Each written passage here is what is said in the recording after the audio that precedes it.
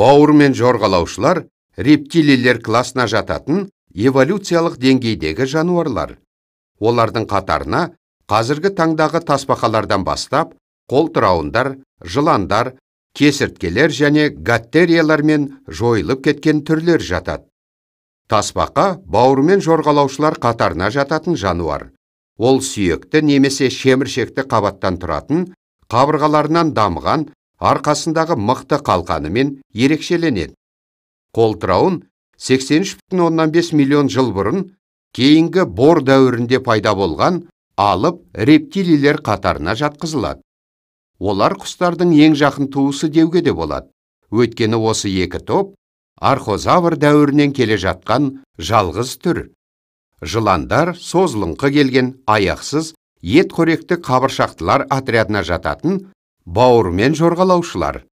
Олар аяқсыз кесірткелерден қабағы мен сыртқы құлақтарының болмауымен ажыратылады.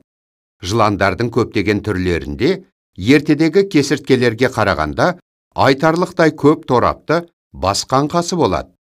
Ол жыландарға өз басынан бірнеше есе үлкен қоректі жоғары икемді жақтарының көмегімен жұтуына мүмкіндік береді. Кесірткелер қабыршақты рептилийлердің кең тараған түрі. Олардың 9766 түрі бар.